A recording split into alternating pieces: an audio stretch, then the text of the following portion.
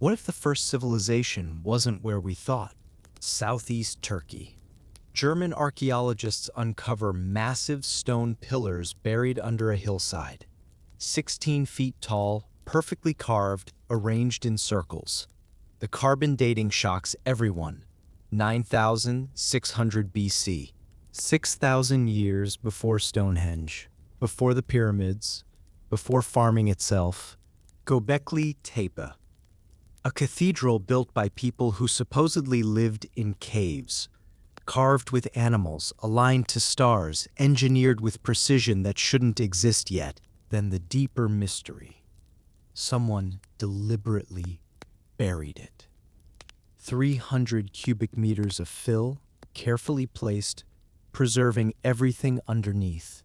This wasn't legend. It was measured, mapped, carbon dated.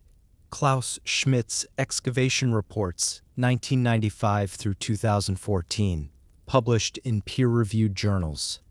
Radiocarbon dates confirmed by multiple labs. Mainstream archaeology dates it, documents it, and calls it an anomaly, a ritual site, an outlier that doesn't fit the timeline. But Göbekli Tepe isn't alone. The same pattern appears worldwide. Impossible dates, impossible engineering, always buried or dismissed. Tonight, we're asking the question archaeology won't. What were they building? And what were they running from? Welcome to the Nocturne History, where mystery and sleep walk side by side. This is Mystery History for Sleep, a slow descent through the shadows of the past. Because if we're even partly right about this quiet hill in Turkey, history doesn't just need an update, it needs a reboot. The official story goes like this. Humans lived as nomadic hunter-gatherers for hundreds of thousands of years. Small bands following game, gathering wild plants, sleeping under stars. Then, around 10,000 BC, someone in the Fertile Crescent figured out how to plant seeds. Agriculture began. Food surplus followed. With surplus came settlements. With settlements came specialization. With specialization came civilization.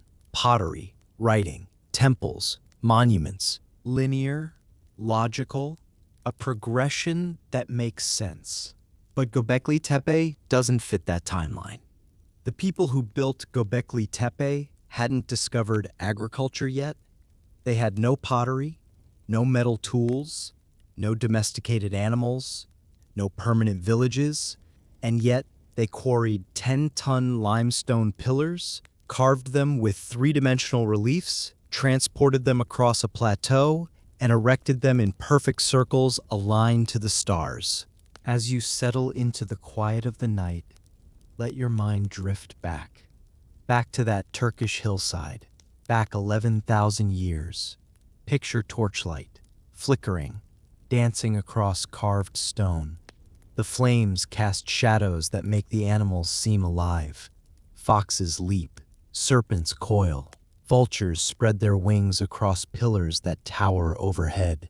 Imagine the hands that shaped those stones. Calloused hands, deliberate hands. Hands that worked under stars they knew by name. Night after night, generation after generation.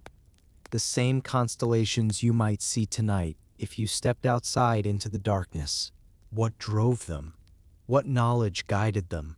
What purpose burned so bright it demanded stone monuments when their entire world was temporary? The torchlight fades. The stars remain. The pillars stand silent in the darkness, waiting, watching, remembering what we've forgotten. Klaus Schmidt excavated Göbekli Tepe for nearly 20 years. He dug through layers of fill, mapped every pillar, cataloged thousands of animal bones, and the more he uncovered, the stranger it became. There's no evidence of permanent settlement at the site. None. No houses, no hearths, no storage pits for grain, no signs that anyone actually lived there year-round. The animal bones tell a different story. Gazelle, wild cattle, boar, all hunted from the surrounding region. These weren't domesticated herds. They were wild game, slaughtered in massive quantities during what appear to be ritual feasting events. Thousands of people gathered, they feasted, they built, and then they left. The mainstream timeline insists civilization works one way. First you settle, then you farm, then you get surplus, then you build monuments. Göbekli Tepe flips that sequence. Here, the monument came first. The gathering came first. Religion, or whatever drove them to carve those pillars, came before everything we thought was necessary. Ritual may have inspired agriculture. The need to feed massive gatherings could have forced experiments with cultivating wild grains. But it raises a deeper question. Why build in stone meant to last 10,000 years if you're a nomadic people? Why engineer something permanent when your entire existence is temporary? In the quiet around you, picture those ancient minds making a choice that defies everything we understand about survival. They could have hunted, could have gathered, could have moved with the seasons like their ancestors had done for thousands of years. Instead, they chose permanence. They chose stone. They chose to build something that would outlast not just their lives, but their children's lives and their children's children, stretching forward through time. What would drive you to make that choice? What would matter enough to carve into stone, knowing you'd never see it finished?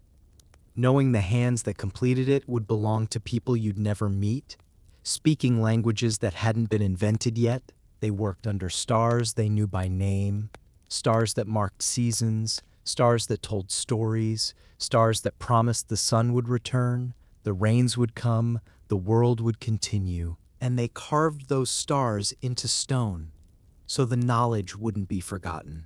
The pillars at Göbekli Tepe weigh between 10 and 20 tons each. They're T-shaped, a deliberate design requiring an understanding of load distribution and structural integrity. They were quarried from bedrock over 100 meters away, carved with stone tools. Copper hadn't been discovered yet. Bronze was millennia in the future, just stone on stone, shaping, smoothing, carving intricate reliefs into surfaces that would face the sky. No metal, no wheels, no ropes made from domesticated fibers. Just stone, wood, and human coordination on a scale that shouldn't be possible for primitive hunter-gatherers. And the pillars aren't random, they're aligned. Enclosure D, the most famous chamber, aligns to the rising of Sirius. It tracks the summer solstice. Whoever designed this understood the sky. They tracked stars, marked seasons, encoded celestial events into architecture that would outlast empires. The deeper layers show even older work, more sophisticated work. Geomagnetic surveys reveal massive structures still underground. The central mound, largely unexcavated, holds anomalies that could rewrite everything we think we know. But excavation slowed. Permits became complex. Access tightened. The Turkish government now controls what gets uncovered and when. Who decides what stays buried? What are they protecting, the site or the narrative? As your thoughts slow, as your breathing deepens, imagine standing in one of those circular chambers at dawn. The air is cool. The stone is cold beneath your hands. You trace the carvings, a fox frozen mid-leap, a serpent coiling around the pillar's base. The horizon glows. Light creeps across the plateau, and then sunlight strikes a specific pillar. Just one, exactly on the solstice. Engineered precision from an age we call primitive. They knew, they understood, they measured and calculated and aligned their temple to the cosmos with accuracy that rivals modern observatories. How? Without instruments, without writing to record their calculations, without the accumulated knowledge of centuries of astronomy, unless they had something else, something we've lost. a way of knowing the sky so intimate, so practiced, that it didn't need to be written down. It was simply known. Passed from teacher to student under a sky they knew as well as we know city streets. The sun rises higher, the moment passes, but the stone remembers. The alignment holds, waiting for someone to notice, waiting for someone to ask the right questions. The carvings at Göbekli Tepe aren't crude stick figures. They're three-dimensional reliefs: foxes mid-leap, boars charging, lions prowling, serpents coiling around pillars, scorpions frozen in striking poses, vultures spreading wings across entire stone faces. Anatomically accurate, dynamic, narrative. These aren't the tentative scratchings of people learning to represent the world. This is a fully formed artistic tradition appearing suddenly with no clear evolutionary precedent. European cave art, Lascaux, Chauvet, is older, yes, but simpler. Those are paintings on rock walls. Göbekli Tepe is architecture, sculpture, and symbolism combined into a cohesive system. And the symbols recur across multiple pillars, across different enclosures. The same motifs appear: handbags or buckets carried by humanoid figures, circular discs, H-shaped symbols, abstract patterns with mathematical precision. It's not random decoration, it's a language, one we're only beginning to decode. Some researchers see astronomical charts, others see mythological narratives. The symbols are consistent, deliberate, systematic, inherited knowledge. Let your mind wander through those chambers. No sun has touched in millennia. The stones are cool in the darkness. Your fingers trace carvings that held meaning so important they were preserved in stone, protected under 300 cubic meters of earth, sealed away like a message in a bottle, cast forward through time. What were they trying to tell us? What story is carved into these pillars, waiting for someone with the patience to read it? The vultures watch, the serpents coil, the foxes leap eternally, frozen in stone, their movement captured by hands that understood how muscle and bone create motion.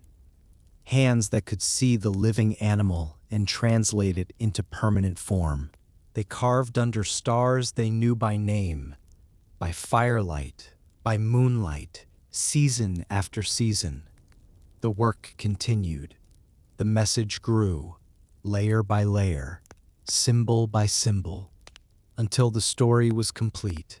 And then they buried it, carefully, deliberately, as if they knew the world was changing, as if they knew what came next, wouldn't understand, wouldn't remember, wouldn't believe. So they sealed it in stone and earth and waited.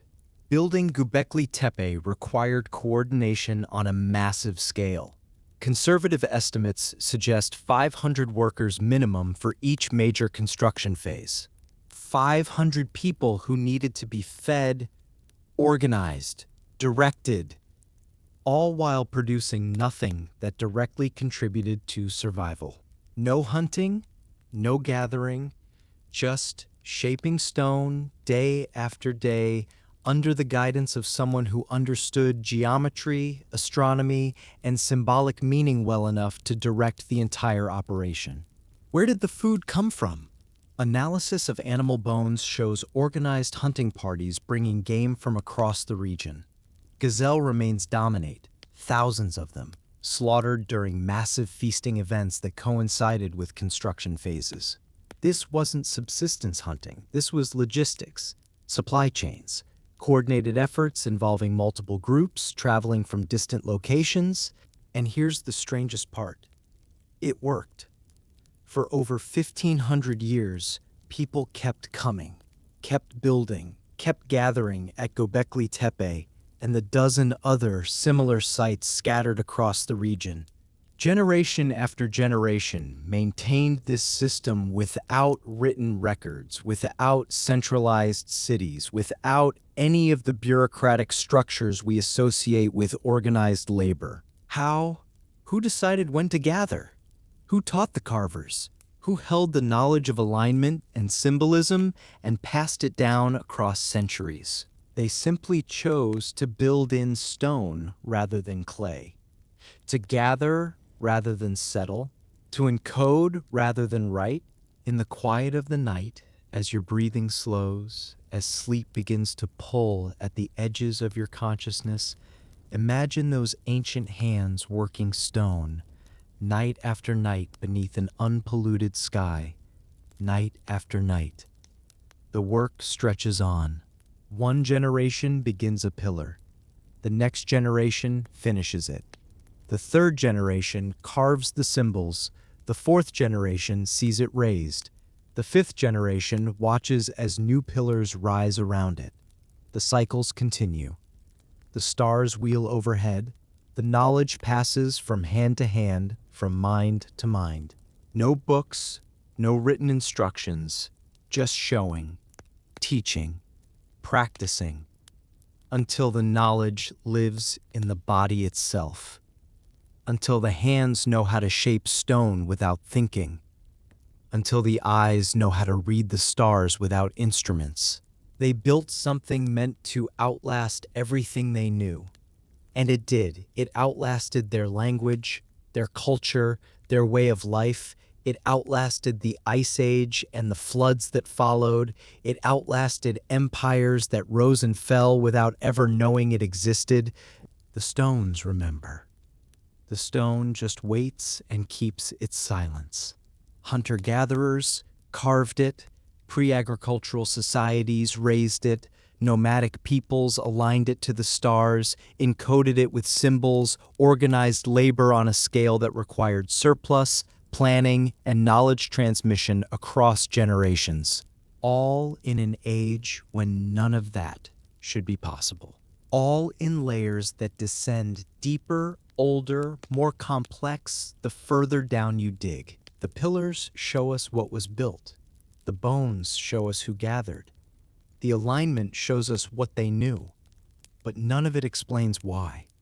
Why build something meant to outlast your entire way of life? Why invest so much in permanence when everything else about your culture was temporary? To understand that, we have to look at what the pillars are actually depicting. Because the animals aren't random, the symbols aren't decoration. They're telling a story, and that story is carved most clearly on one pillar in particular. Pillar 43, the Vulture Stone. Pillar 43 stands in Enclosure D, the oldest excavated chamber at Göbekli Tepe. It's called the Vulture Stone. At first glance, it looks like the others, T-shaped limestone, carved animals, ancient symbols. But look closer. This pillar is different. A massive vulture dominates the center, wings spread wide. Below it, a scorpion, poised to strike. Around them, circular symbols, geometric shapes, and what appears to be a headless human figure.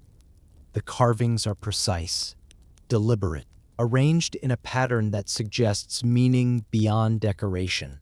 In 2017, Martin Sweatman, a chemical engineer from the University of Edinburgh, published a controversial paper. He claimed Pillar 43 wasn't mythology, it was astronomy. A star map depicting a specific moment in time, 10,950 BC. The date matched something catastrophic. As you drift deeper into the night, picture yourself standing before that pillar. The stone is cool under your fingertips. You trace the vulture's wings, follow the curve of the scorpion's tail, touch the circular symbols that might be stars, or might be something else entirely. Moonlight filters through the enclosure. Shadows shift across the carvings. The vulture seems to move. The scorpion seems to wait. The headless figure stands frozen in stone, arms at its sides, speaking a message carved 11,000 years ago. What did they see? What moment mattered so much they carved it into stone meant to outlast languages, outlast civilizations, outlast everything they knew? The night deepens around you. The stone holds its secrets close, but the patterns are there, waiting, encoded in limestone and geometry. A warning, a memory, a story told in symbols we're only beginning to understand. Sweatman's analysis focused on the animal symbols. He compared them to constellation positions using astronomical software, running simulations backward through time. The vulture aligned with the constellation we call Sagittarius. The scorpion matched Scorpius. Other animals on surrounding pillars corresponded to stars visible from Göbekli Tepe's latitude. When he adjusted the software to 10,950 BC, the alignment became exact. But Sweatman went further. The circular symbols above the vulture, he argued, represented a comet. Not just any comet, a fragment that struck Earth during the Younger Dryas period, triggering rapid climate change, mass extinctions, and catastrophic flooding. The Younger Dryas impact hypothesis remains controversial. Mainstream geologists prefer gradual climate explanations, but evidence keeps accumulating. Platinum anomalies in ice cores, nanodiamonds in sediment layers, burn marks on ancient landscapes, all pointing to something sudden, something violent. Something around 10,950 BC, the same date Pillar 43 depicts. Critics call it pareidolia, seeing patterns in randomness, like faces in clouds. But Sweatman's mathematics are specific. The alignment is repeatable. The date corresponds to geological evidence. And Göbekli Tepe was built immediately after this event, as if in response to it. What if Pillar 43 isn't mythology? What if it's a record? A stone newspaper reporting the most important event in human history, the day the sky fell. Let your mind wander back through time to that night. 10,950 BC. The sky is clear. Stars spread across the darkness like scattered diamonds. A hunter-gatherer band camps on the Anatolian plateau. Fires burn low. Children sleep. The world is as it has always been. Then, light, streaking across the sky. Not one light. Many fragments burning through the atmosphere. The sky itself seems to tear open. Thunder without clouds. Impact without warning. The ground shakes. Forests ignite. Ice sheets fracture. The climate shifts in a matter of years, cooling rapidly, killing the great herds, drowning coastal settlements as glaciers collapse and sea levels rise. Survivors gather, they tell the story, they pass it down, and when they finally settle, when they build their first permanent monument, they carve that night into stone. The vulture watches over it all. Death, transformation, the moment everything changed. They carved it under stars they knew by name, stars that had witnessed, stars that remembered, and they made sure we would remember too. Another symbol appears repeatedly across Göbekli Tepe's pillars, a handbag shape or bucket carried by stylized humanoid figures. Simple, geometric, unmistakable. Here's where it gets strange.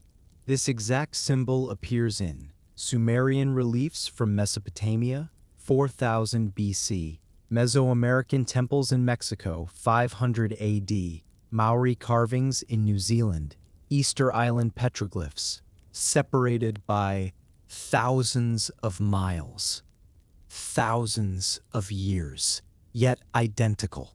Ancient astronaut theorists claim it represents technology, containers for advanced devices brought by extraterrestrial visitors. The History Channel loves this interpretation, but there's a simpler explanation, one that doesn't require spacecraft.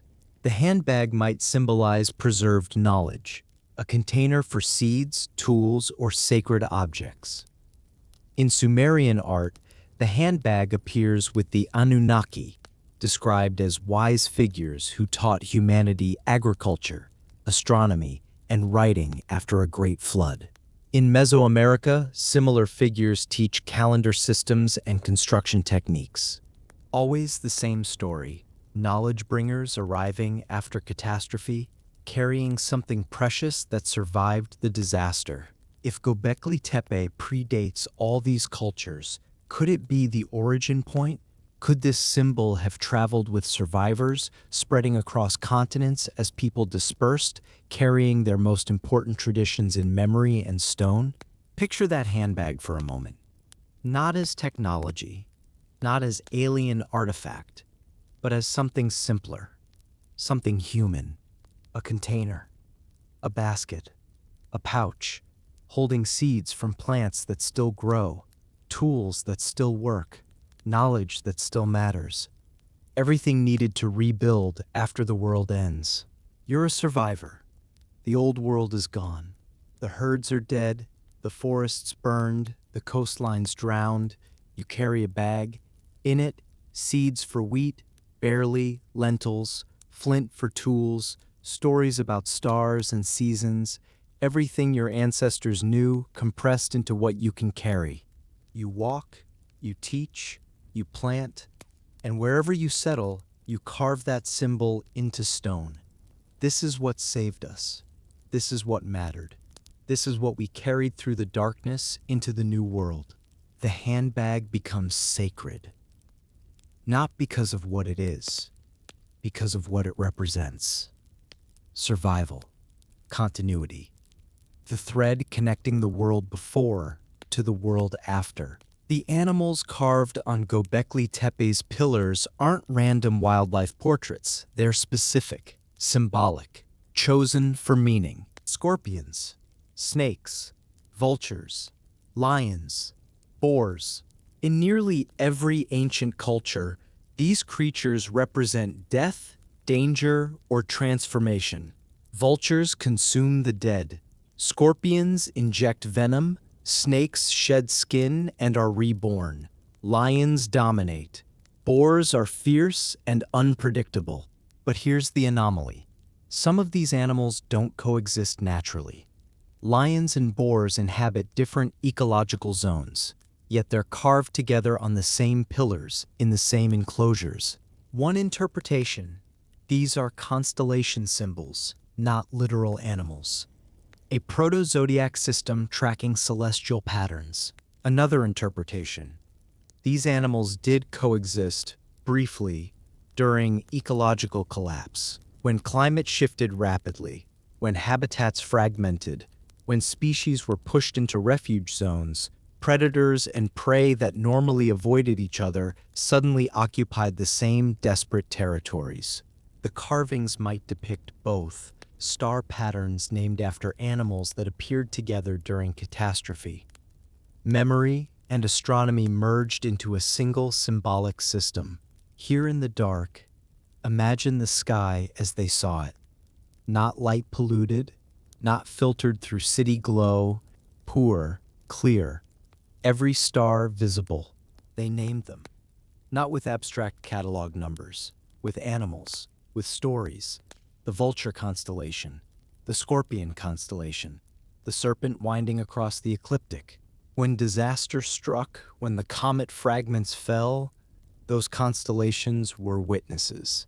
They hung in the sky above the catastrophe, unchanging while the world below transformed. So the survivors carved both, the stars that watched, the animals that represented them.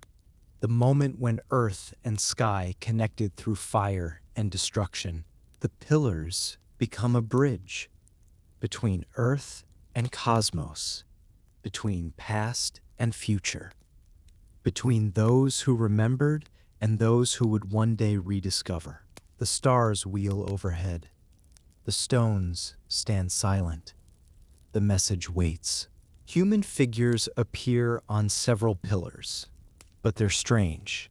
No heads, stylized bodies, hands positioned over genitals, either modesty or ritual gesture. Why headless?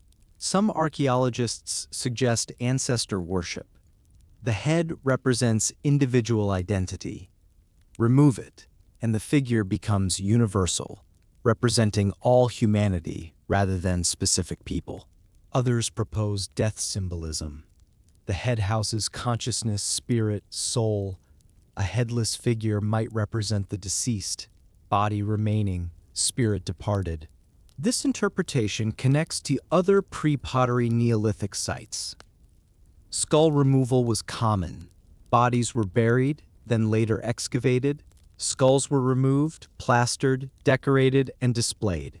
The skull became sacred, container of identity, kept close while the body returned to Earth. If Pillar 43 depicts catastrophe, the headless figure might represent humanity itself, decapitated by disaster, stripped of identity, reduced to pure survival instinct. Or it might be simpler. A reminder that bodies are temporary. Knowledge outlasts flesh. Stone outlasts bone. Carve the important things. Let the rest return to dust. What matters enough to carve when you know your body won't last? What truth is worth preserving beyond your own death? As sleep begins to find you, as your thoughts grow soft and distant, consider that headless figure one more time, standing on the pillar, arms at its sides, no face to show emotion, no identity to claim recognition, just a form, human, universal, carved by someone who understood impermanence, who knew that names fade, that faces are forgotten. That individual lives dissolve into the long flow of generations, but the pattern survives. The knowledge continues. The symbols carved in stone speak across millennia to minds that don't yet exist. They carved under a watching sky. They carved for people they would never meet. They carved because some truths matter more than individual survival. The stone remembers what flesh forgets. The pillar stands when memory fails. The message waits, patient and permanent, for those with eyes to see it. Step a little closer in your mind and let your gaze slide away from the animals and figures, down to the quiet marks most people overlook. Abstract symbols cover several pillars: H-shapes, circles, patterns with geometric precision, no obvious animal representation, no clear narrative. These might be the most important carvings of all. Some researchers suggest early writing, proto-cuneiform, millennia before Sumer developed formal scripts. Others see astronomical markers, solstice positions, equinox alignments, lunar cycle tracking. The circles appear in specific numbers. Groups of 3, groups of 7, arrangements that suggest counting, calculation, mathematical understanding. Ancient peoples tracked time through celestial observation. They needed to know when to plant, when to harvest, when animal migrations would occur. The sky was their calendar. The patterns were their clock. If Göbekli Tepe encoded astronomical knowledge, these abstract symbols might be the most practical information on the entire site. Forget the animals, forget the mythology. These marks might be instructions. Count to this number, watch for this alignment, mark this position. Survival information, preserved in geometry, teaching future generations how to read the cosmos. To be fair, we're guessing. We don't know what these symbols meant. We project our interpretations onto stone that predates all known writing systems. But the precision is undeniable. The repetition is deliberate. These marks meant something specific to the people who carved them. And whatever they meant, it mattered enough to preserve in stone that would outlast everything else. The pillars don't just show animals. They show a system. A language of stone repeated across chambers, consistent across centuries, all pointing to an event, a moment, a memory carved so deep it would outlast collapse. Pillar 43 preserved the date, 10,950 BC. The handbag symbol preserved the concept, knowledge carried through disaster. The animal procession preserved the warning, death and transformation. The headless figures preserved the lesson. Bodies fade, truth remains. Göbekli Tepe encoded something in 11 tons of limestone, a message meant to survive millennia, to outlast the builders, to speak to whoever came after. But here's the question. If this is a message, who was it meant for? Not the builders, they lived it. Not their immediate descendants, oral tradition would suffice. This was built to survive collapse, to speak across an abyss of time, which means the builders knew something was ending, or had already ended. And what they did next proves they understood exactly what that meant. They buried it deliberately, carefully, completely. Around 8000 BC, something changed at Göbekli Tepe. After 1500 years of continuous use, 1500 years of gatherings, feasting, construction, ritual, someone made a decision. They would bury it, not abandon it, not destroy it, not let nature reclaim it slowly through wind and rain and the patient erosion of centuries. They would bury it deliberately, carefully, completely. Picture the final generation that stood in those chambers. They knew this place. Their parents had brought them here as children. Their grandparents had carved new symbols on the pillars. Their ancestors stretched back through the generations all the way to the first stones raised under stars they knew by name. Now it was ending. The world was changing. The old ways couldn't continue. Something had to be preserved, even if it meant sealing it away from the light. They began to fill the chambers, stone by stone, basket by basket, soil and rubble carefully placed around pillars that had stood for over a millennium. The work took years, maybe decades, generation after generation participating in the burial of their most sacred space. Why? What were they preserving? What were they hiding? Klaus Schmidt excavated 300 to 500 cubic meters of fill from each major enclosure. That's not wind-deposited sediment. That's not gradual accumulation from erosion. That's intentional backfill. Thousands of tons of material deliberately placed.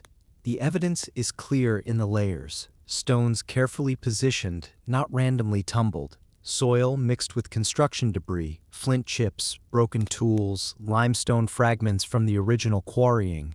The fill even contained animal bones from final feasting events, suggesting ritual meals held before sealing each chamber. But here's the crucial detail. The pillars were left standing, not toppled, not broken, not defaced. They buried Göbekli Tepe the way you'd bury treasure, protecting it, preserving it, ensuring it would survive intact underground. Multiple enclosures were buried over time, possibly spanning several decades or even centuries. Layer 3, the oldest, most sophisticated structures, went first. Later, simpler enclosures in Layer 2 were also sealed. The pattern suggests systematic closure, not sudden abandonment. Some archaeologists propose this was gradual ritual practice, a way of retiring sacred spaces as religious beliefs shifted. Perhaps. But that doesn't explain the care taken. When cultures move on from sacred sites, they typically repurpose them, loot them, or let them decay. They don't invest massive labor in perfect preservation, unless preservation was the point.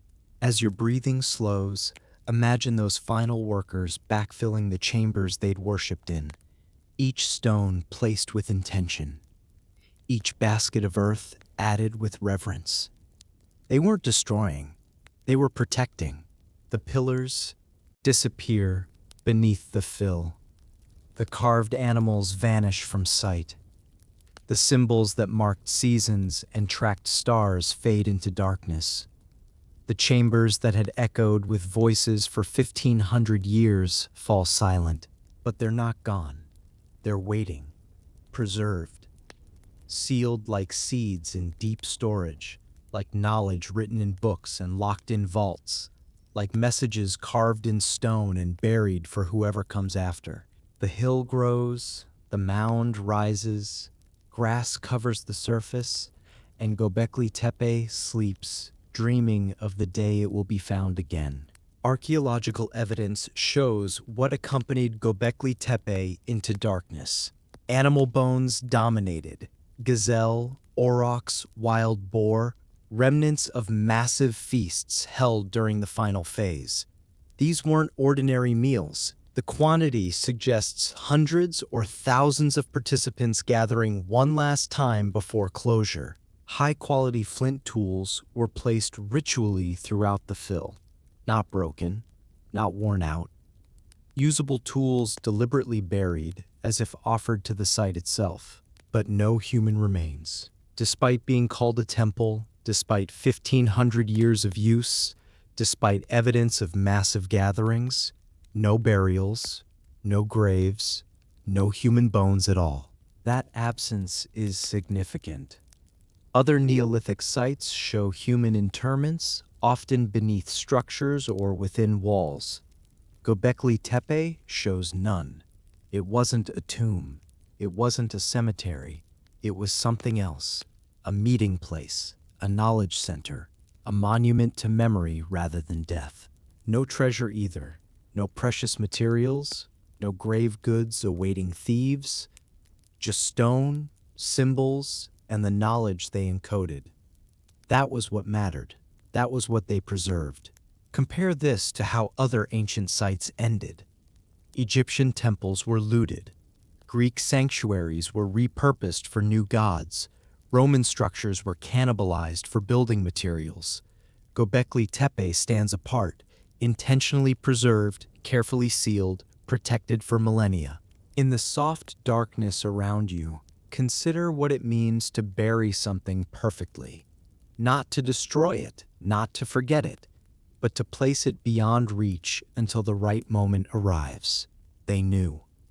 Somehow, they understood that the world coming wouldn't have room for what Göbekli Tepe represented. The nomadic life was ending. Agriculture was spreading. Permanent villages would rise. New ways of organizing society would emerge. The old knowledge, the star tracking, the gathering traditions, the symbolic language carved in stone would seem strange to farmers rooted in one place. Better to seal it. Better to protect it. Better to let it sleep until people were ready to understand again. And they were right. For 10,000 years, Göbekli Tepe slept undisturbed. Radiocarbon dating reveals the burial sequence. Enclosures were built in phases, with the earliest structures showing the most sophistication. Layer 3, the deepest, oldest layer, contains the largest pillars, the most intricate carvings, the most precise astronomical alignments. Layer 2, built later, shows simpler construction. Smaller pillars, less elaborate carvings, fewer astronomical features. This is backwards. We expect evolution, simple to complex, crude to refined. Göbekli Tepe shows devolution. The oldest work is the best work, as if the knowledge was fading, as if each generation remembered less than the one before. Final burial occurred around 8000 BC, coinciding with the agricultural revolution taking hold in the region. Wild einkorn wheat, the genetic ancestor of domesticated wheat, grew naturally within 30 kilometers of the site. This was the birthplace of farming. The transition from hunting to agriculture happened here, in the shadow of Göbekli Tepe. Did the temple cause agriculture? Did the need to feed massive gatherings force people to experiment with cultivating wild grains? Or did agriculture end the temple, making permanent settlements possible and pilgrimage obsolete? Maybe both. Maybe Göbekli Tepe served its purpose, bringing scattered bands together, preserving knowledge through the catastrophe, teaching survival skills, and then stepped aside as humanity entered a new phase. What kind of knowledge system gracefully retires itself? What tradition deliberately ends, sealing its own legacy underground? Four main theories attempt to explain the burial. The temple no longer served its purpose. New beliefs replaced old ones. Rather than desecrate the sacred site, they retired it respectfully, the way a church might be deconsecrated and preserved rather than demolished. The builders understood they were transitioning away from a knowledge-based nomadic culture toward agricultural settlements. They sealed Göbekli Tepe as an archive, protecting information for future rediscovery when humanity would have the tools to decode it. Something about the site was dangerous. Perhaps ritual practices that couldn't continue safely? Perhaps knowledge that could be misused? Perhaps memories of catastrophe, too traumatic to carry forward into the new agricultural world. Göbekli Tepe was built in response to the Younger Dryas catastrophe. It served as a memorial, a warning, a repository of survival knowledge. Once the crisis passed, once agriculture stabilized food supplies, once the danger seemed distant, they sealed it, marking the official end of the catastrophe era. To be fair, we may never know which theory is correct. Perhaps all four contain partial truth. Perhaps the decision was more complex than any single explanation captures. But the care taken in burial suggests intention beyond mere abandonment. They were protecting something, preserving something, trusting stone and earth and time to keep it safe. Let your mind rest in that moment of transition. The old world ending, the new world beginning. Standing between two ages, holding knowledge from before, uncertain if it will matter in what comes after. You make the choice. You seal the chambers. You bury the pillars. You cover the symbols carved under stars you know by name. Not because the knowledge is worthless, because it's precious. Too precious to risk in a changing world. Better to hide it. Better to protect it. Better to let time itself be the guardian until someone, someday, someone rediscovers it and understands. The last basket of earth is placed, the final stone positioned, the mound complete. You stand on the surface looking at grass and dirt where once stood carved pillars reaching toward the sky. Gone, hidden, waiting, and you walk away into the new world, carrying what you can remember, leaving the rest to stone and silence. They built it to last forever, then buried it like a time capsule, carefully, completely, as if they were sealing not just stone, but a story, one that shouldn't be forgotten, but also shouldn't be spoken aloud. The world was changing. Agriculture was spreading. Permanent villages were rising. What came next wouldn't have room for nomadic gatherings, for pilgrimage temples, for knowledge encoded in stone alignments and animal symbols. So they preserved it, sealed it, trusted earth and time to protect what mattered most. For 10,000 years, the temple slept. The knowledge waited. The stones remembered. Until 1994, when a Kurdish shepherd named Savak Yildiz noticed something strange on a hillside. Stones too regular, too shaped, too deliberate, and someone decided to dig. But Göbekli Tepe wasn't alone. Across the region, similar structures were emerging from the earth. A network, a system, a civilization we never knew existed. In 2019, Turkish archaeologists announced a discovery 35 kilometers from Göbekli Tepe, another hilltop, more carved pillars, similar T-shapes, similar symbols, similar age. They called it Karahan Tepe. The initial reports sparked excitement. A sister site, proof that Göbekli Tepe wasn't a singular anomaly but part of something larger. International archaeologists requested access. Academic journals prepared coverage. This could rewrite prehistory. Then the coverage stopped. Permits became restricted, photography limited, the The Turkish government allowed minimal international involvement, and the questions that should have followed: how many sites are there? How connected were they? What does this network reveal? Faded into silence. As the night deepens around you, picture the Anatolian plateau 11,000 years ago. Not empty wilderness, not scattered bands wandering without purpose, but a network. Hills connected by knowledge, sites linked by ritual, people traveling established routes between temples carved in stone. One hilltop rises in the east, Göbekli Tepe. Pillars catching dawn light, symbols marking the seasons. 35 kilometers away, another hill, Karahan Tepe. Different carvings, same purpose. Further out, more sites. Navali Chori, Sefer Tepe, Hamzan Tepe. Dozens of locations scattered across the landscape, all built in the same era, all aligned to the same stars. A civilization, not of cities, not of writing, but of shared knowledge, coordinated construction, unified belief, built in the shadow of catastrophe, maintained across generations, and then deliberately, carefully buried.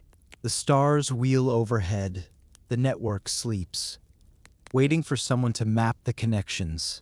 Karahan Tepe shares Göbekli Tepe's architectural language, but with crucial differences.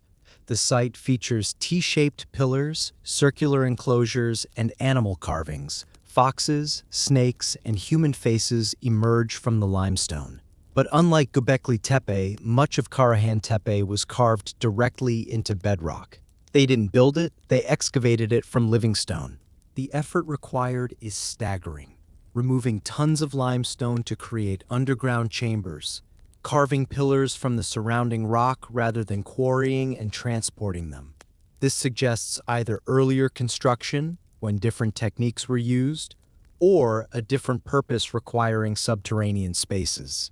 Early dating suggests Karahan Tepe might be older than Göbekli Tepe, though excavation is ongoing and results remain preliminary.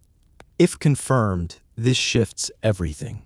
Göbekli Tepe might not be the origin point, but part of a tradition already established, already sophisticated, already encoding knowledge we're only beginning to glimpse. The pillars at Karahan Tepe include phallic imagery and explicit sexual symbolism absent from Göbekli Tepe.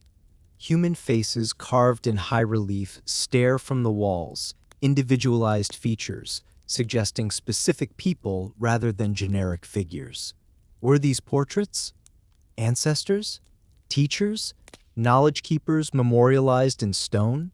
To be fair, excavation has only scratched the surface. Less than 5% of Karahan Tepe has been uncovered.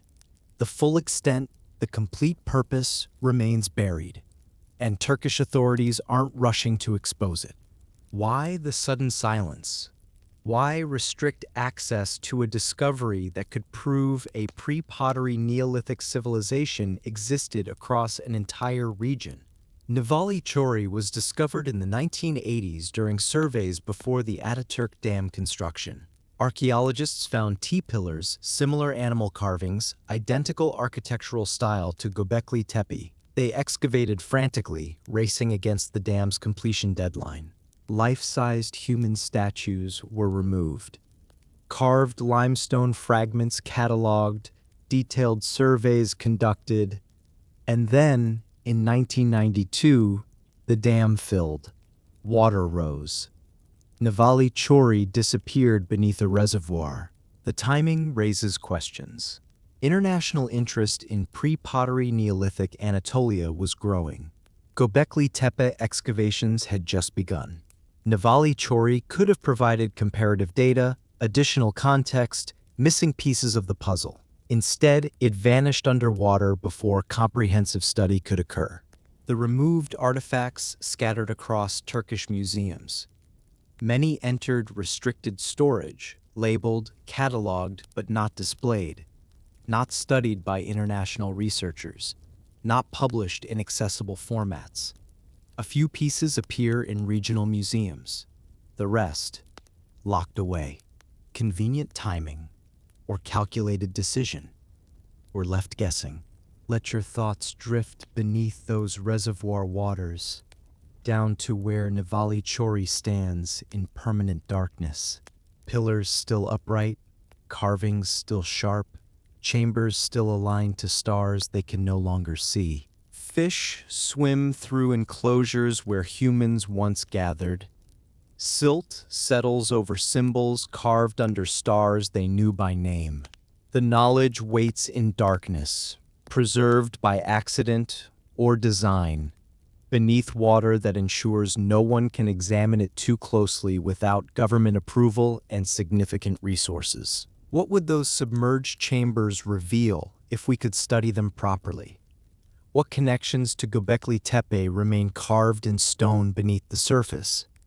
What patterns would emerge if we mapped the entire site before it was flooded?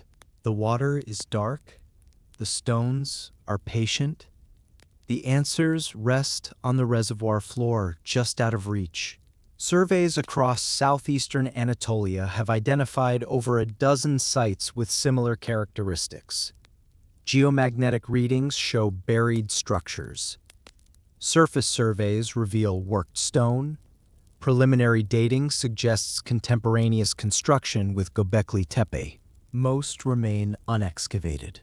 Turkish authorities cite preservation concerns. Better to leave sites buried than risk damage from hasty excavation or looting.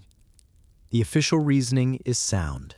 Archaeological best practices often favor leaving sites undisturbed until proper resources and techniques are available.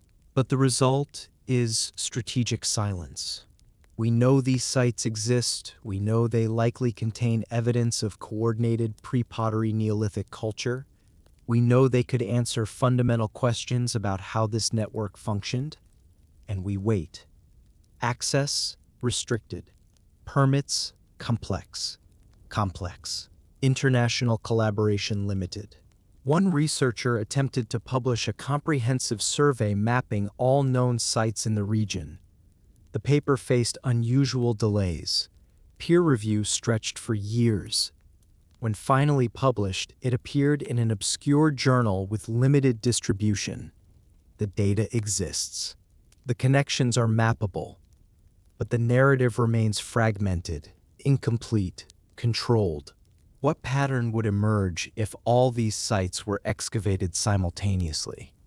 What would the full network reveal about pre-pottery Neolithic society that the establishment isn't ready to acknowledge? These weren't cities. No evidence suggests permanent populations at any site. No housing developments, no industrial areas, no signs of daily domestic life. Just temples. Just gathering spaces. Just places people traveled to, used for specific purposes, and left. The pilgrimage model makes sense. Hunter-gatherer bands scattered across hundreds of kilometers converge on sacred sites during specific times, solstices, equinoxes, seasonal transitions. They feast, they participate in rituals, they share knowledge, they reinforce social bonds. Then they disperse back to their territories. This requires coordination, shared calendars, agreement on timing, knowledge of routes and distances, communication across vast areas without writing, without centralized authority, without the bureaucratic structures we associate with organized society. Yet it worked. For 1,500 years, the network functioned. People came, construction continued, knowledge was maintained and transmitted. The system held until it didn't. Until agriculture changed everything. Until permanent settlements made pilgrimage obsolete. Until the old ways of gathering, sharing, preserving knowledge in stone became unnecessary in a world of villages and surplus grain. In your mind's eye, imagine those pilgrimage routes. Paths worn by generations of feet. A family walks toward Göbekli Tepe, following trails their grandparents walked. The children ask why they travel so far. The elders point up at the night sky and explain, "We gather because we remember. We gather because the stones hold what we cannot carry. We gather because some knowledge requires more than one lifetime to preserve." They arrive. Hundreds of others are already there, coming from different directions, speaking different dialects, but sharing the same purpose. The feasting begins. The rituals unfold. The stories are told about the sky that fell, about the ancestors who survived, about the importance of remembering. And when they leave, they carry pieces of that knowledge back to their territories. Seeds for planting, techniques for tool making, star patterns for tracking seasons. The network doesn't need cities. It needs pilgrims. It needs people willing to walk far enough to remember together. DNA studies of ancient remains from the region reveal something unexpected. Around 10,000 BC, population genetics show sudden mixing. Groups that had been separated for thousands of years suddenly appear together. Genetic markers from distant regions converge in southeastern Anatolia.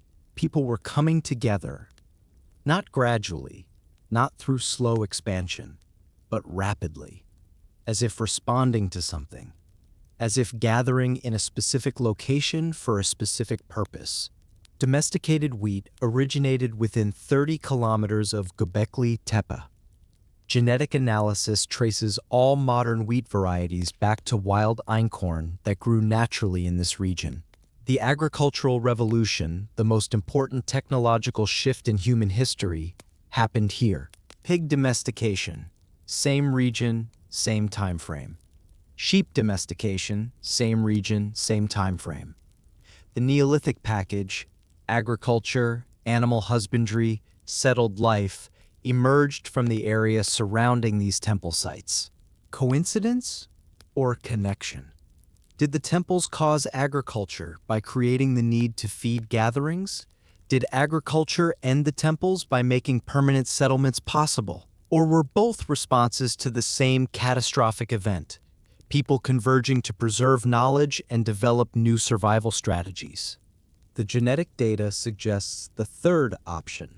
Population convergence around 10,000 BC, agricultural development around 9,000 BC, temple construction and use from 9,600 to 8,000 BC, all overlapping, all in the same region, all suggesting a coordinated cultural response to crisis.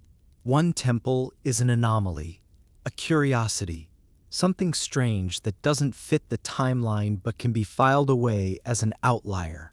A dozen temples is a civilization, one that built without cities, gathered without settling, preserved knowledge in stone rather than writing. A network spanning hundreds of kilometers, maintained across 1,500 years, coordinated without bureaucracy or centralized control. Göbekli Tepe was the center, but it wasn't alone. Karahan Tepe, Nivali Chori, and dozens of other sites formed a web, connection points in a knowledge system built in response to catastrophe. The evidence is there, buried, restricted, submerged, scattered across Turkish museums and locked government archives. The network existed. The question is, what it preserved and why the full picture remains so carefully controlled. To understand that, we have to look beyond Anatolia, because the symbols carved at Göbekli Tepe, the handbag, the astronomical alignments, the flood warnings, don't stop at the Turkish border. They appear worldwide, in cultures separated by oceans, in myths separated by millennia, always the same story, always the same date, always pointing to the moment when everything changed. 10,950 BC, the date carved on Pillar 43, the moment Sweatman identified through astronomical alignment. The vulture stone doesn't just depict animals, it marks time, a specific time, a catastrophic time. And here's what makes it impossible to ignore. That date appears everywhere. Not in Turkish temples, not in Anatolian carvings. Everywhere. In flood myths spanning continents, in geological records extracted from ice cores, in extinction layers showing sudden massive die-offs, in sea level data revealing rapid coastal inundation. 10,950 BC. The moment the world changed. As you drift deeper into the night, let your mind expand beyond that Turkish hillside, beyond Göbekli Tepe, beyond Anatolia. See the entire planet, 11,000 years ago. Ice sheets covering vast territories, megafauna roaming landscapes that no longer exist, coastlines hundreds of miles beyond where they are today, human populations scattered, small, surviving. Then, light, streaking across the sky. Not one fragment, multiple impacts. North America, Europe, Asia. The Laurentide ice sheet fractures. Glacial lakes drain catastrophically. Sea levels begin their inexorable rise. Temperatures plummet. The sky darkens with debris. And humanity, wherever they survived, remembered. They told their children. Their children told the next generation. The story spread, changed, adapted to local languages and cultures. But the core remained. The world drowned. The sky fell. And the few who survived had to rebuild everything. The Younger Dryas was a 1,300-year return to Ice Age conditions occurring from 10,950 to 9,700 BC. Temperatures dropped rapidly, within decades, not centuries. Glaciers advanced, forests died, megafauna populations collapsed, woolly mammoths vanished, saber-toothed cats disappeared, giant ground sloths went extinct. Mainstream geology explains this as natural climate oscillation, gradual feedback loops involving ocean currents and atmospheric patterns. But the evidence shows something more abrupt. Greenland ice cores reveal temperature drops of 15 degrees Celsius within a single decade. That's not gradual, that's catastrophic. The comet impact hypothesis, proposed by Richard Firestone, Alan West, and others, suggests cosmic fragments struck Earth around 10,950 BC. The impacts fractured ice sheets, triggering massive flooding. Debris clouds blocked sunlight, causing rapid cooling. Wildfires ignited across continents, leaving carbon-rich layers in sediment. Evidence supporting this includes platinum anomalies in ice cores. Platinum is rare on Earth, but common in asteroids and comets. Nanodiamonds in sediment layers, formed only under extreme pressure and heat. Magnetic spherules indicating massive fires. And a distinctive black layer in geological records corresponding exactly to 10,950 BC. Critics argue these markers could result from other processes, volcanic activity, gradual accumulation, terrestrial impacts. The debate continues in academic journals, but the timing alignment is undeniable. Something happened, something sudden, something that changed everything. And Göbekli Tepe was built immediately after, as if in response. As you rest here, picture the survivors. Small bands scattered across a transformed landscape. The coastlines they knew, drowned. The animals they hunted, extinct. The climate they understood, shattered.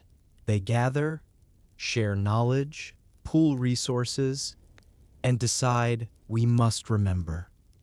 We must encode what happened so future generations never forget. We must build something permanent because the world itself is no longer reliable. So they carve, stone by stone, symbol by symbol, astronomical alignments to mark the date, animal symbols to represent the event, abstract patterns to preserve knowledge, all beneath the same sky you see tonight. Not just morning, not just ritual, but deliberate preservation. An archive built in limestone, a warning carved to outlast languages, outlast cultures, outlast everything except stone itself. Every culture remembers flooding, not metaphorical, not symbolic. Actual accounts of water rising, land disappearing, populations drowning. The details vary. Names change, gods differ, specific locations shift, but the core narrative remains consistent across continents. The Epic of Gilgamesh describes Utnapishtim, warned by the god Ea about coming deluge, who builds a boat and survives while humanity drowns. The tablets date to 2100 BC, but describe events in the time before. Akkadian. The Atrahasis epic, older than Gilgamesh, details divine decision to destroy humanity through flood. A righteous man builds a vessel, saves animals and family, repopulates earth after waters recede. Hebrew. Noah's flood in Genesis. Structurally identical to Sumerian accounts, suggesting shared source material or cultural transmission from older traditions. Creek. Plato's Timaeus describes Atlantis, an advanced civilization destroyed by flood and earthquake around 9600 BC. Plato claims Egyptian priests preserved this account for thousands of years. The date, 9600 BC. Göbekli Tepe's construction date, 9600 BC. Hindu. Matsya Purana describes Manu, warned by a fish avatar about coming flood, who builds a boat and preserves sacred knowledge. After waters recede, he becomes progenitor of new humanity. Hopi. Emergence mythology describes multiple worlds destroyed, most recently by flood. Survivors emerge into current world carrying sacred knowledge from before. Australian Aboriginal Dreamtime stories across multiple language groups describe coastal flooding, ancestor spirits warning of rising waters, people fleeing inland as lands disappear beneath the sea. Separated by thousands of miles, thousands of years, yet describing the same event: sudden water, massive death, few survivors, knowledge preserved. To be fair, flood myths could result from local events, river floods, tsunamis, storm surges, experienced independently by different cultures. But the global distribution and date clustering suggests something larger, something that affected the entire planet simultaneously. Why do cultures that never met describe identical catastrophes occurring at the same time? Coincidence? Or collective memory of actual events? Graham Hancock's work, particularly Magicians of the Gods, positions Göbekli Tepe as crucial evidence for his central thesis. An advanced Ice Age civilization existed before the Younger Dryas, was destroyed by the cataclysm, and survivors scattered globally, carrying knowledge to scattered refuge sites. These survivors became the culture bringers remembered in mythology: Osiris in Egypt, Quetzalcoatl in Mesoamerica, Viracocha in South America, Oannes in Mesopotamia, always described as arriving after disaster, always teaching agriculture, astronomy, construction, writing, always depicted carrying the handbag symbol. Mainstream archaeology dismisses this as pseudoscience. No evidence of high technology, they argue. No artifacts proving advanced pre-Younger Dryas civilization. The academic establishment has formally denounced Hancock's Netflix series Ancient Apocalypse, calling it harmful to public understanding of prehistory. But here's the problem with their dismissal. Göbekli Tepe exists. Carbon-dated, peer-reviewed, undeniably sophisticated. Built by people who supposedly lacked the social organization, astronomical knowledge, and engineering capability to construct it. The mainstream timeline, gradual progression from simple to complex, doesn't explain sudden appearance of fully formed architectural traditions, astronomical alignments, symbolic languages, and coordinated networks. Evolution requires precedent. Where's the precedent for Göbekli Tepe? Hancock's answer: it inherited knowledge from something earlier. Something destroyed. Something we haven't found yet because it's buried under 400 feet of sea level rise on now submerged coastlines where Ice Age populations actually lived. Let your thoughts drift to those lost coastlines. Beneath the Mediterranean, beneath the Black Sea, beneath the North Sea and the Persian Gulf and the South China Sea, hundreds of miles of continental shelf that was dry land during the Ice Age. Land where people lived, built, developed, created. When the ice sheets collapsed, when sea levels rose 400 feet over centuries, those coastlines drowned. Everything built there, temples, settlements, harbors, monuments, now rests underwater, inaccessible, unexplored, preserved by depth and sediment. What would we find if we could survey those drowned landscapes properly? What evidence of Ice Age sophistication lies beneath the waves? What connections to Göbekli Tepe remain carved in stone under the sea? The water is deep, the evidence is buried, and the story we tell ourselves about human history is built on the assumption that everything important happened on land that's still visible. Maybe we're looking in the wrong place. The handbag symbol from Göbekli Tepe appears in cultures separated by thousands of miles and thousands of years, always carried by figures described as wise, as teachers, as bringers of civilization. Sumerian Anunnaki, depicted in reliefs carrying bucket-shaped objects, teaching agriculture and astronomy to humans after the flood. Mesoamerican Quetzalcoatl. Mayan and Aztec carvings show similar handbag carried by culture bringing deities who taught calendar systems, construction, and writing. Polynesian traditions. Maori carvings include similar symbols associated with navigators who arrived from across the sea bringing knowledge. Easter Island. Petroglyphs show humanoid figures with bucket or basket shapes connected to founding ancestors. The orthodox explanation, convergent symbolism. Different cultures independently developed similar imagery to represent containers or sacred objects.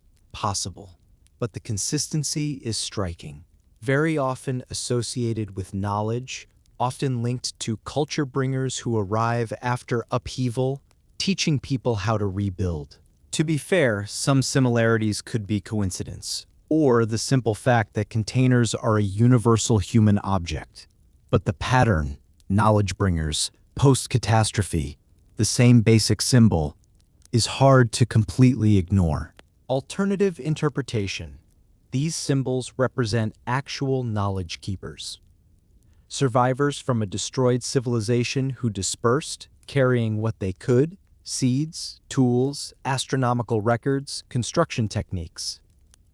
The handbag becomes shorthand for preserved knowledge, and its appearance across global mythologies suggests coordinated dispersal, not random chance. Göbekli Tepe's handbag predates all others by 7,000 years. If this symbol originated there, spread by survivors or their descendants, it would explain the global distribution. The knowledge keeper tradition begins in Anatolia, disperses after the catastrophe, and appears in distant cultures as echo of that original dispersal. Picture that dispersal. The network around Göbekli Tepe maintains itself for 1,500 years. Then agricultural revolution begins. Permanent settlements rise. The old pilgrimage system becomes obsolete. But the knowledge keepers remain. People who understand the stars, who remember the catastrophe, who carry the symbols and stories and techniques developed in response to disaster. They travel. Some stay in Anatolia, becoming the foundation of Sumerian civilization. Some move west toward Egypt, some east toward the Indus Valley. Some cross land bridges that still exist, reaching Americas before sea levels fully rise. Wherever they go, they teach.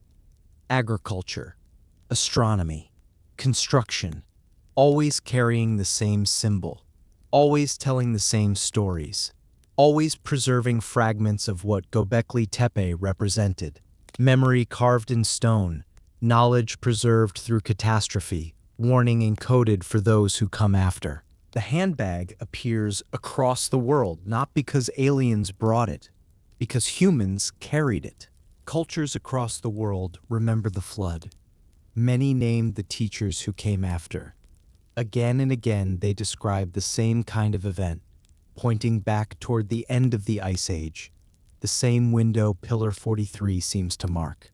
And now we have Göbekli Tepe, built immediately after the date when flood myths say the old world ended, carved with symbols that appear globally, constructed with astronomical knowledge that shouldn't exist yet, organized by people who supposedly lacked civilization. Coincidence? Or physical proof that the myths weren't myths at all? The pillars encode the stars. The burial preserves the knowledge. The global echoes suggest something bigger than one temple on one hill. A network that spanned the world, shattered by catastrophe, remembered in fragments. And that's where the story becomes dangerous. Because if Göbekli Tepe even partly confirms that the myths remember real events, then history itself is incomplete. And the people who control history, institutions, archives, governments, face a choice: rewrite the narrative or bury it deeper. In 2018, Göbekli Tepe became a UNESCO World Heritage Site. The designation brought prestige, international recognition, and promises of preservation. It also brought something else: control and caution. Foreign archaeologists who had worked the site for years now faced denser paperwork, slower approvals, more conditions. Excavation speed, which had been steady under Klaus Schmidt's direction, dropped after his death in 2014. Only a small fraction of the hill has been opened. Geophysical surveys suggest 20 or more enclosures still underground, and the central mound that obsessed Schmidt in his final years shows anomalies hinting at something larger, older, more complex than anything yet uncovered. And yet, most of it still sleeps in the earth. The official reason is simple: preservation. Better to leave fragile structures buried than expose them too fast to weather, tourism, pollution. The Turkish Ministry of Culture points to international standards, best practices, careful stewardship of irreplaceable heritage. On paper, it makes sense. On the ground, the reality feels different. Access requires navigating layers of approval. Some kinds of photography and interviews are quietly discouraged. Journalists talk about subtle pressure to stick to the official story, emphasize ritual, avoid talk of advanced knowledge or global catastrophe, definitely don't name certain popular authors. Researchers who push connections to older timelines or global patterns describe long delays in peer review, polite suggestions to focus on safer interpretations, or funding that quietly dries up. Why? The control. Part of it may be national pride. Göbekli Tepe sits in modern Turkey. It's natural for the state to guard the narrative around what might be called the birthplace of civilization. Part of it may be religious and cultural sensitivity. A sophisticated temple thousands of years older than familiar sacred histories can feel unsettling. Part of it is almost certainly institutional inertia. Entire careers, textbooks, and museum wings are built on the current timeline. Or perhaps, in many cases, it really is just bureaucracy. Ministries protecting heritage the only way they know how, with caution, paperwork, and very slow steps. No dramatic conspiracy required, just human systems being human. But when you step back and look wider than one hill, a pattern seems to shimmer at the edges. Klaus Schmidt led excavations at Göbekli Tepe from 1995 until his sudden death in 2014. For most of his career, he spoke in careful mainstream language: ritual center, symbolic architecture, pre-pottery Neolithic culture. expressing beliefs in stone. In his later years, his tone shifted. In interviews and documentaries, he hinted at lost knowledge systems and sophistication we don't usually associate with hunter-gatherers. He talked often about the unexcavated central mound. What's there could rewrite prehistory, he said more than once. He applied for permits. He made plans. Then, during the 2014 season, his heart failed. Natural causes. No shadowy dealings. Just a man gone too soon, with his questions still open. After his death, no single successor emerged with the same authority. Leadership shifted to more cautious, locally controlled teams. Schmidt's notes and unpublished work went into archives. Some of his longtime collaborators found their permits harder to renew. The central mound he dreamed of opening remained closed, officially for preservation and safety. You can read that as tragedy and prudence. You can also understand why some people, watching from the outside, feel like someone gently tapped the brakes just as things were getting interesting. Elsewhere, similar tensions show up. Navali Chori, another site with T-pillars and carvings in the same style, was excavated quickly in the 1980s and early 90s, then flooded beneath a reservoir. Its artifacts are scattered across collections. Its foundations rest under deep, cold water. Stetalhuyuk, a later but still ancient settlement with striking art and complex planning, is usually discussed as if it has nothing to do with Göbekli Tepe at all. Connections that might suggest a long, continuous tradition of knowledge are at best lightly explored. Researchers who try to connect distant dots, ancient monuments, sudden climate shifts, shared symbols, often discover that the consequences are professional, not physical. Grants go elsewhere. Conference invitations stop arriving. Publications end up in smaller, less visible journals. Critiques sometimes target their reputations more than their data. Even outside academia, the tension shows. When a popular documentary series framed Göbekli Tepe and the Younger Dryas as part of a global catastrophe story, professional organizations issued unusually strong public statements. Some critics didn't just argue with the evidence, they questioned whether such ideas should be shown at all. For viewers, that didn't always read as healthy skepticism. It sometimes sounded like panic about who gets to tell the story. Then there are the places we barely hear about. Karahan Tepe, a sister site thought to be at least as old, appears in occasional headlines and press releases, but detailed reports and images trickle out slowly.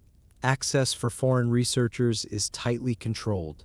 The most interesting anomalies from surveys, the deepest foundations on satellite scans, the hints of other sites sleeping under hills across the region, most of that lives in quiet databases and closed meetings, not in public view.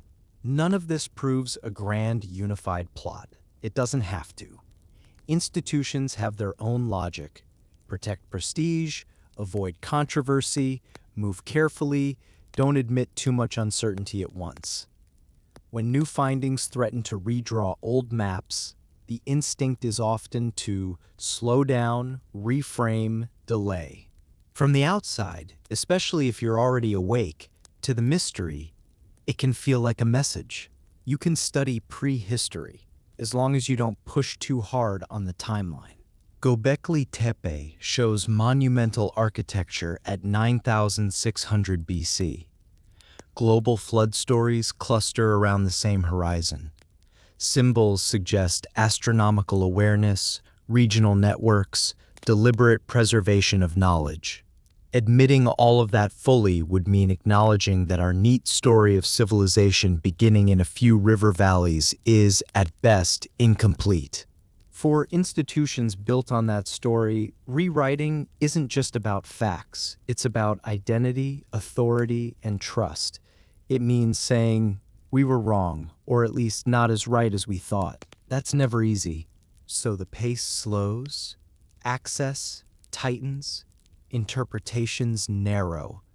not as a movie-style villain move, but as 1,000 small, cautious decisions. And yet, buried knowledge doesn't stay buried forever. Göbekli Tepe slept for 10,000 years under a man-made hill, and still, a shepherd's eye caught the edge of a carved stone. Karahan Tepe is emerging, even if one careful press conference at a time. New technologies, satellite imagery, ground-penetrating radar, DNA studies, ice cores, keep adding data whether institutions are ready or not. Independent researchers look at the same evidence and ask questions from outside the usual career structures. Each restricted permit raises curiosity. Each denied request becomes its own story. Each attempt to police the narrative sends more people searching for what lies underneath. The stones, meanwhile, do what stones do. They wait. We've walked through that tension tonight. We've traced pillars carved under a sky blazing with stars, followed hints of networks between forgotten hills, and listened for the echoes of catastrophe and survival. We've brushed against the quiet places where access narrows and stories are managed. But now, let that pressure fall away. Step back from ministries and archives, journals and committees.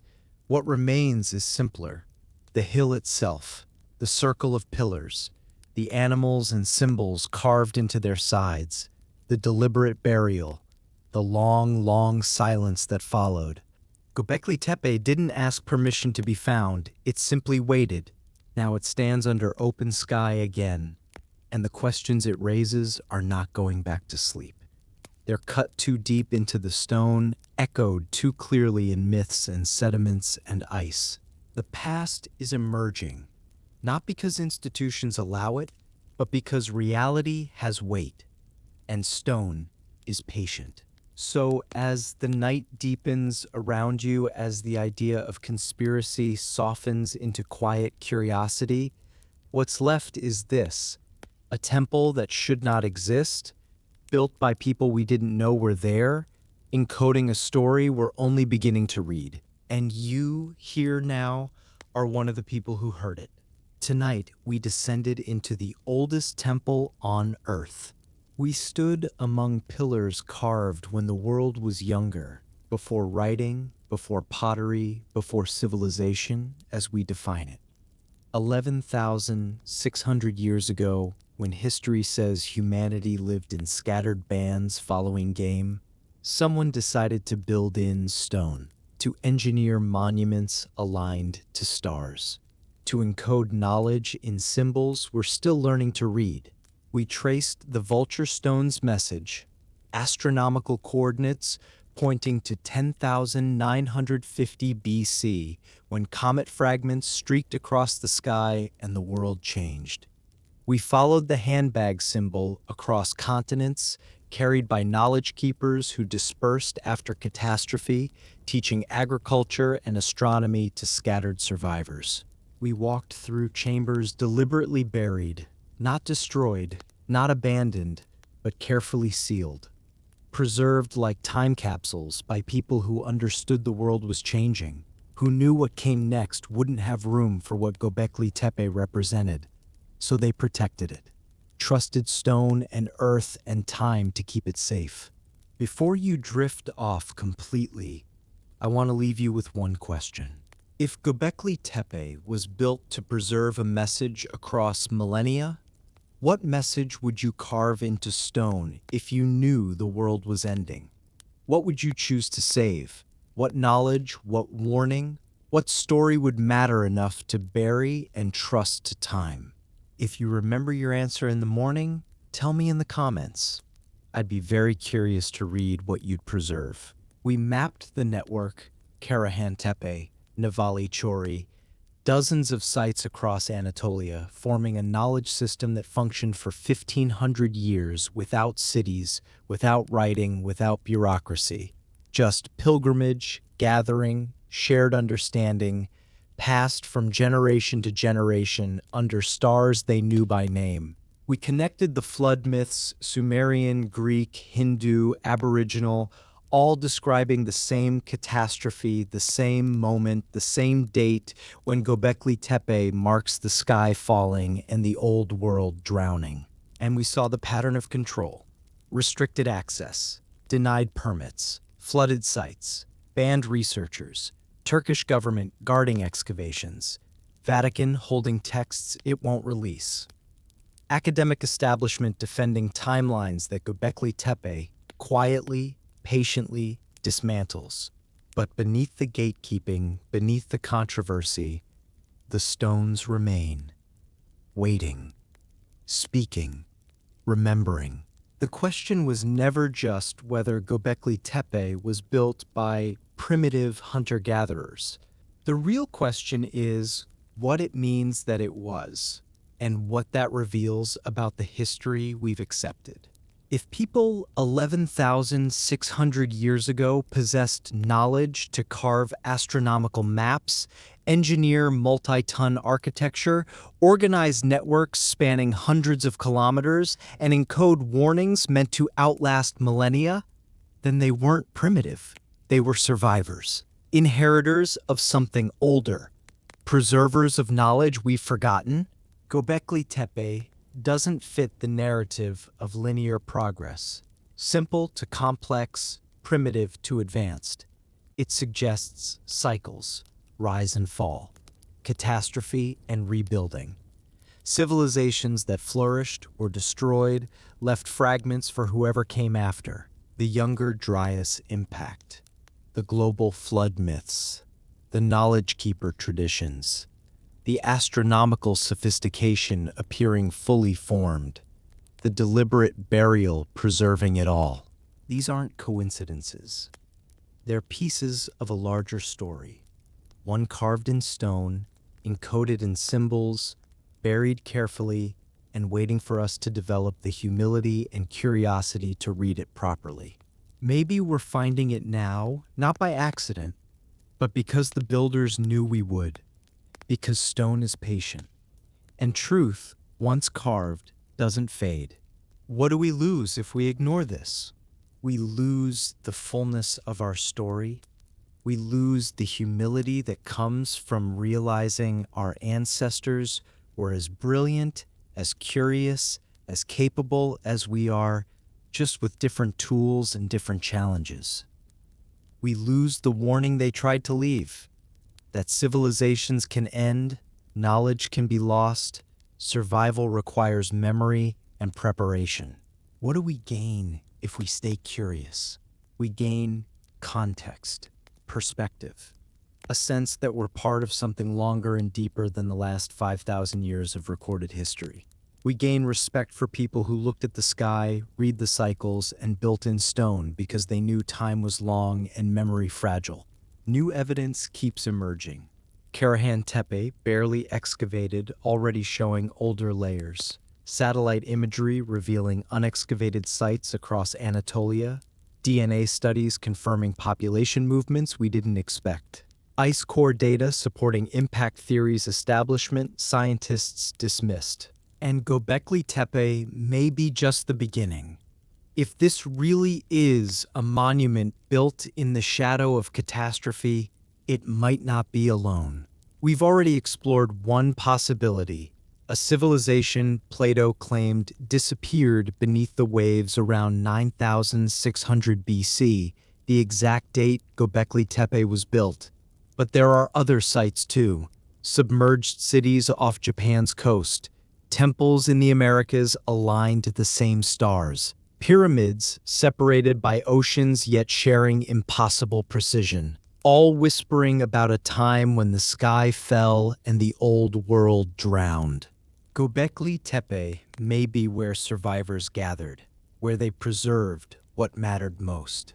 The first piece we've uncovered of a much larger memory, a memory carved in stone, hidden underwater, buried in myth, waiting.